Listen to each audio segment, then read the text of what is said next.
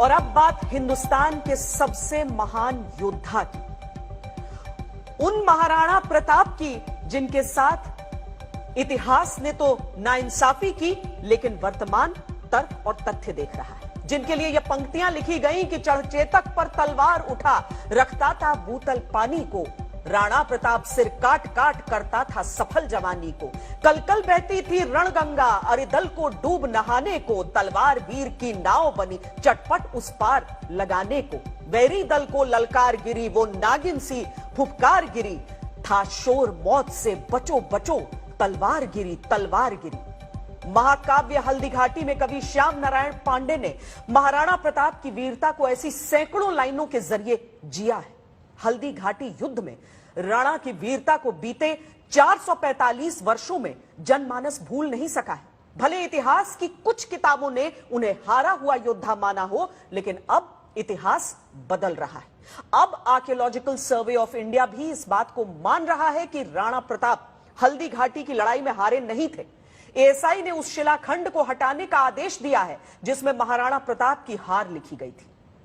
जय जय जय जय जिसकी जयकार प्रताप है,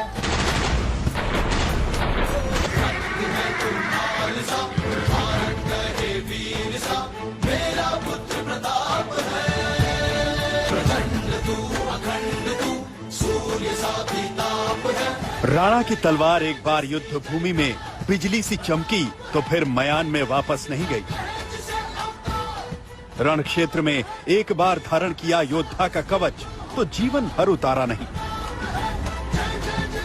ये कहानी है शौर्य के सूर्य महाराणा की। ये कहानी है स्वतंत्रता के शूरवीर महाराणा की। मेवाड़ के महाराणा का शौर्य अद्भुत था। उनकी शक्ति और संकल्प अकल्पनीय था। लेकिन ये सवाल हमेशा ही स्थानीय लोगों के मन में चुभता है कि जब हल्दी घाटी के कण कण में राणा का पराक्रम झलकता है तो फिर इतिहास में महाराणा का उल्लेख एक हारे हुए योद्धा के तौर पर क्यों किया जाता है?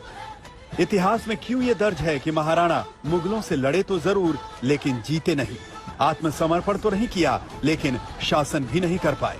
क्या ये इतिहास सही है या इसमें तथ्यात्मक गलतियां हैं? इस समय ये देश का ट्रेंडिंग सवाल है। 3 दिन पहले करणी सेना ने राजसमंद जिले के रक्ततलाई से वो विवादित पट्टी बदल दी जिसमें महाराणा प्रताप के पीछे हटने की बात लिखी थी।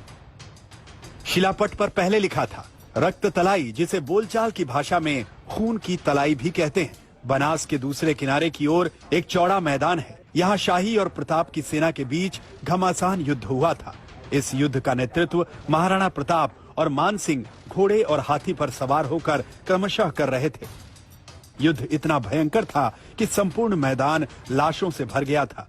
ऐसी स्थिति में संयोगवश प्रताप की सेना को पीछे हटना पड़ा और युद्ध 21 जून 1576 को समाप्त हो गया। करणी सेना ने इस विवादित शिलापट्टी की आखिरी लाइन बदल दी और लिखा, युद्ध इतना भयंकर था कि संपूर्ण मैदान लाशों से भर गया था। ऐसी स्थिति में मुगलों की सेना को पीछे हटना पड़ा और युद्ध 21 जून 1576 को समाप्त हो गया। महाराणा प्रताप को युद्ध हारा ही नहीं। महाराणा प्रताप तो हमेशा लड़ा और आज भी महाराणा प्रताप की महानता के कारण, उनकी देशभक्ति के कारण, उनकी राष्ट्रभक्ति के कारण करोड़ों पर्यटक बाहर से आते हैं और हल्दी घाटी से एक मुट्ठी मिट्टी लेकर के जाते हैं और अपने देश में छिड़क करके ये कहते हैं कि महाराणा प्रताप जैसे वीर हमारे देश में भी पैदा हो। करणी सेना और राजपूत संगठनों की धमकी कह लीजिए या फिर बीजेपी नेताओं का दबाव, पुरातत्व विभाग ने वहां पर वह शिलापट्टी हटा ली है जिसमें महाराणा प्रताप की हार और पीछे हटने की सूचना दी गई थी। अब पुरातत्व विभाग का कहना है कि पुरातत्वविदों और इतिहासकारों की एक टीम बनाई गई है जो तय करेगा कि उस पर क्या लिखा जाएगा। उसके बाद ही नई शिलापट्टी लगाई जाएगी। विवाद तो पुराना है, लेकिन आर्कियोलॉजिकल सर्वे ऑफ इंडिया ने अब संज्ञान लिया और पुराने शिलापटों को बदलने का फैसला ले लिया। अफसर बोल रहे हैं अब नए शिलापट पुष्ट ऐतिहासिक तथ्यों के आधार पर ही होंगे। ये महाराणा प्रताप के स्वाभिमान, शक्ति, पराक्रम और स्वाभिमान से, विशेष रूप से स्वाभिमान से संबंधित है और उसी चीज को ध्यान में रख के इन सूचना पटों में परिवर्तन किया जाएगा। कुछ साल पहले राजस्थान में बीजेपी की सरकार ने इतिहासकार चंद्रशेखर शर्मा के शोध के आधार पर पाठ्य पुस्तकों में हल्दी घाटी के युद्ध में महाराणा प्रताप को विजेता घोषित किया था। अब राजसमंद में बीजेपी सांसद दिया कुमारी ने हल्दी घाटी युद्ध का पूरा सच शिलालेख पर लिखने की मांग दोहरा दी। इतना ही नहीं, दिया कुमारी ने युद्ध क्षेत्र में अकबर की सेना के पड़ाव वाले बादशाही बाग का नाम बदलने की मांग की है। हमारे लिए बहुत ही वो गौरव का प्रतीक है, बलिदान और जिस तरह से वीरता का वो एक हमारे लिए उदाहरण उन्होंने पूरे राजस्थान को दिया है और हम सब उनको पूछते हैं। तो बिल्कुल अगर उनकी जीवन से कुछ भी अगर गलत तरीके से वहां पर कुछ भी ऐसा लगा हुआ था या गलत इन्फॉर्मेशन वहां पर हम लोग वहां पर लगी हुई थी, तो उसको तो बदलना हम सभी का कर्तव्य है और हमको एक रिस्पॉन्सिबल, मैंने तो अपना कर्तव्य निभाया। सही तथ्य ही पेश होने चाहिए। जो हमारे पास ASI की साइट पे या हमारे लिटरेचर में जो हमारे बुक्स जो हमारे पास अवेलेबल है उसमें जो तथ्य हैं वही तथ्य आने चाहिए जनता के सामने। सवाल यही है कि क्या इतिहास को बदलकर महाराणा को कमतर आंका गया? क्या महाराणा प्रताप की गौरव गाथा अब तक अपने हिस्से की जीत की मोहताज रही है? कुछ समय पहले राजस्थान के इतिहासकार चंद्रशेखर शर्मा ने एक शोध पत्र जारी किया था, जिसके मुताबिक महाराणा प्रताप हल्दी घाटी युद्ध के बाद जमीनों के पट्टे जारी करते रहे। सवाल ये कि एक हारा हुआ शासक पट्टे कैसे जारी करता रहा? मेरा प्रश्न ये है कि अगर वहां पर मुगल जीते होते, मुगलों का अधिकार हुआ होता, तो वहां पर अकबर पट्टे जारी करता, वहां पर अकबर के सिक्के चल रहे होते, वहां पर मुगल सेना का चौकीदार होता, जैसा कि चित्तौड़ के किले में था, मांडलगढ़ के किले में था। तो ये बहुत ही सुस्पष्ट है कि जिस भूमि पर जिस राजा का अधिकार था, विजय उसकी हुई थी।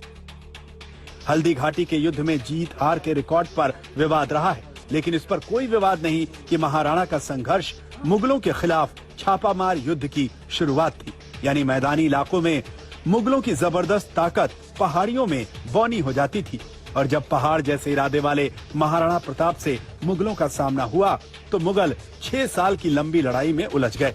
इतिहासकार ये भी दावा करते हैं कि युद्ध के बाद कुछ वर्षों में महाराणा प्रताप ने कुंभलगढ़ समेत तमाम क्षेत्रों पर वापस अधिकार हासिल कर लिया था।